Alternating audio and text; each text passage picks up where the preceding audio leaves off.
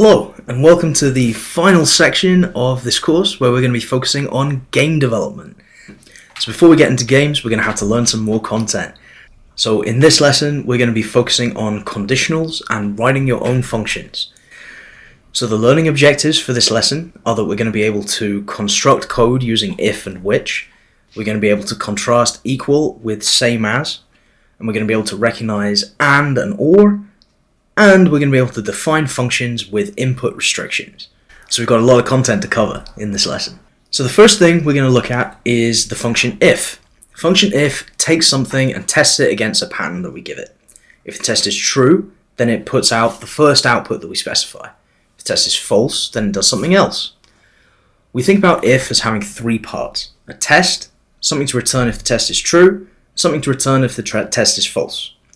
We call this if test, then else.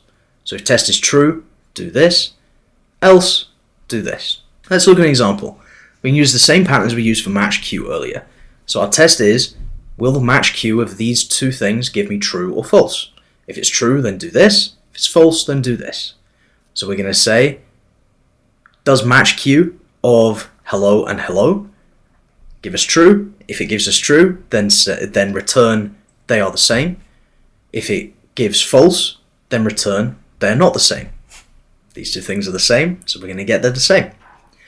If we try something a little bit trickier, so we say match Q of these two things, which are both blue, but presented in different ways. It's going to give us both blue, because that's what we asked it to do if the test was true. If we give it two things that are definitely different, blue and red, it's going to return that that's false, and then the if statement will return that these are not both blue. So now let's look at equal and same as. So equal and same as, which we represent equal with two equal signs and same as with three equal signs, are slightly different. Equal checks whether two things are equal, meaning they're the same when we run or evaluate the code. For example, 5 and 5.0 are equal because they both evaluate the same thing.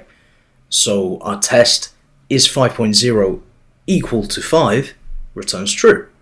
The function same as, which is written with three equal signs instead of two equal signs, is testing to see if the things are identical, meaning that the two things must both be equal and have an identical head.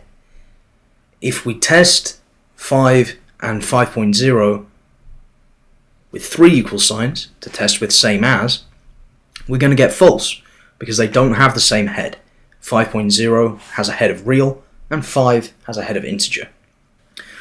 Just like match Q, same as has a Q function which is testing to see if something is true. This is called same Q. It's written the exact same way as match Q and does the same thing as triple equals. For example, same Q of 5.0 and 5 is going to give us false. We can also test multiple things at the same time using and or. So let's look at and.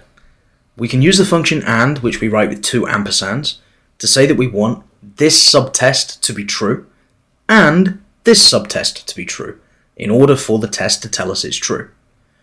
So let's give it a try.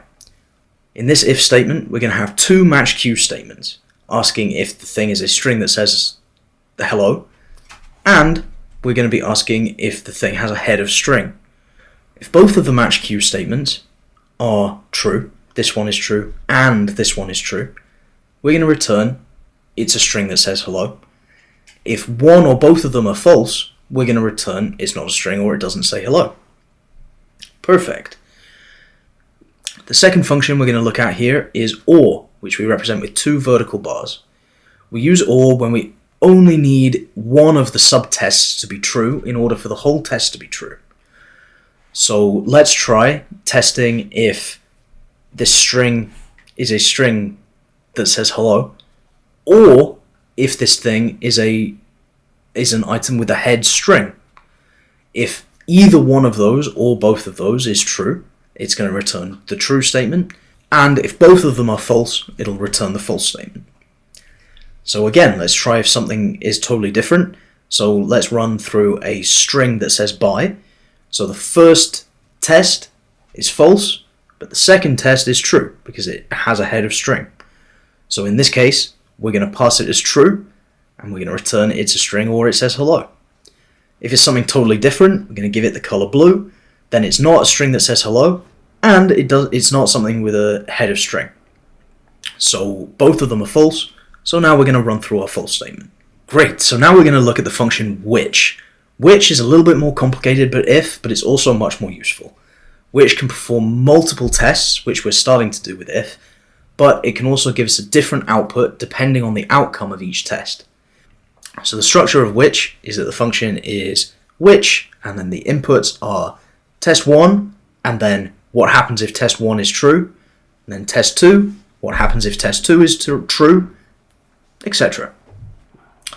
So let's run this through. If we say x is 5, and then the first test that we're going to run is x a string?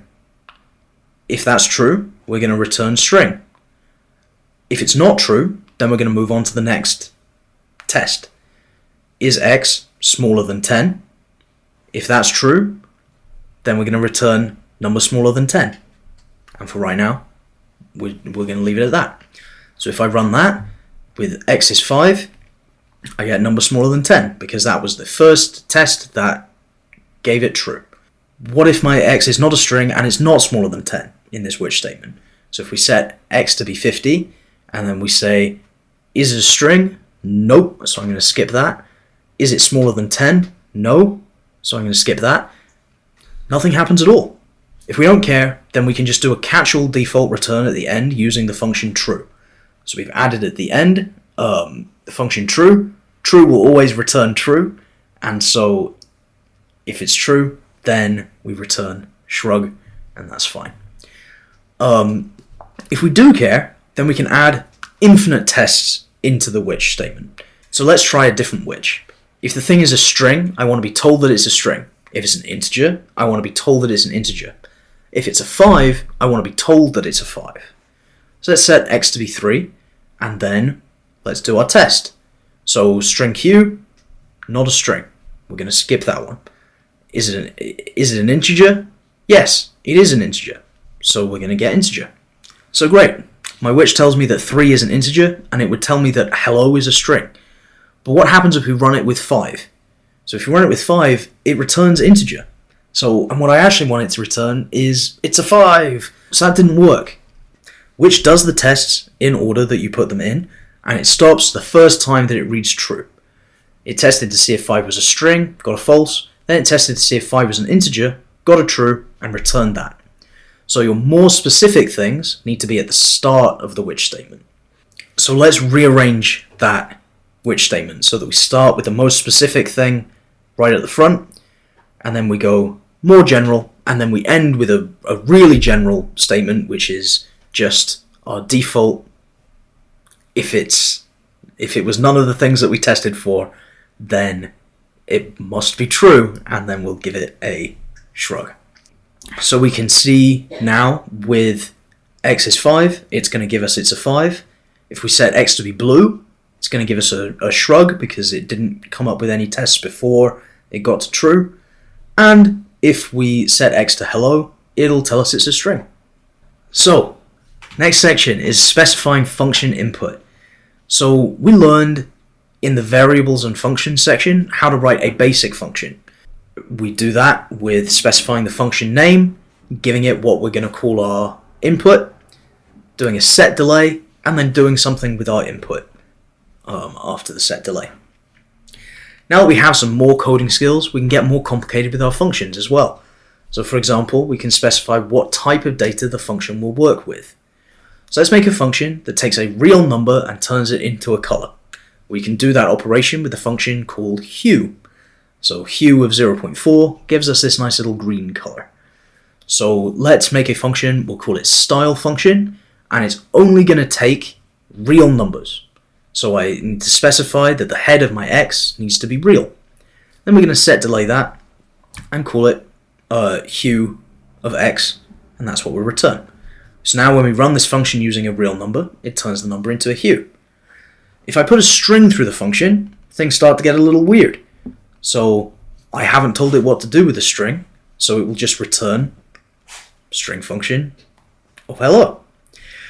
Our function looks at the head of the variable, sees that it's not a real, so it doesn't do anything. we can tell our function to do something different with string by just defining the function again. So we're just defining it twice. So let's have, if we get a string, we'll just have it print the string in a random color. So style function, when x is string, is going to set delay to style of x goes to a random color. Now let's run style function hello, and now it's just going to do a nice random color for us, and it'll be different each time. Nice. Now we can use map to do the function to a list of real and string variables and do a different thing to each type of variables. So let's just make a little data set with some random real numbers and some random words. So I'm just going to call my data set, and I'm just going to riffle my random numbers and my random words into a nice little data set. And then we can do our function to each of them using map. And now our nice little function does a different thing depending on the head of the item that we're passing through it. So in this lesson, we've covered conditionals and writing your own function with very specific inputs.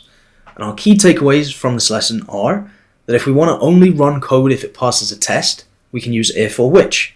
If works best if we have one test, and which works best if we have multiple tests. We can use equal and same as part of tests. Both of these will test if two items have the same value, but same as will also check that two items have the same head. And or let us build more complex tests by combining them together. We can write a function with an if or a which statement in the code. We can also specify input requirements within our function definition. Great, well done. That was a lot of content. I hope you enjoyed it, and we will see you in the next lesson.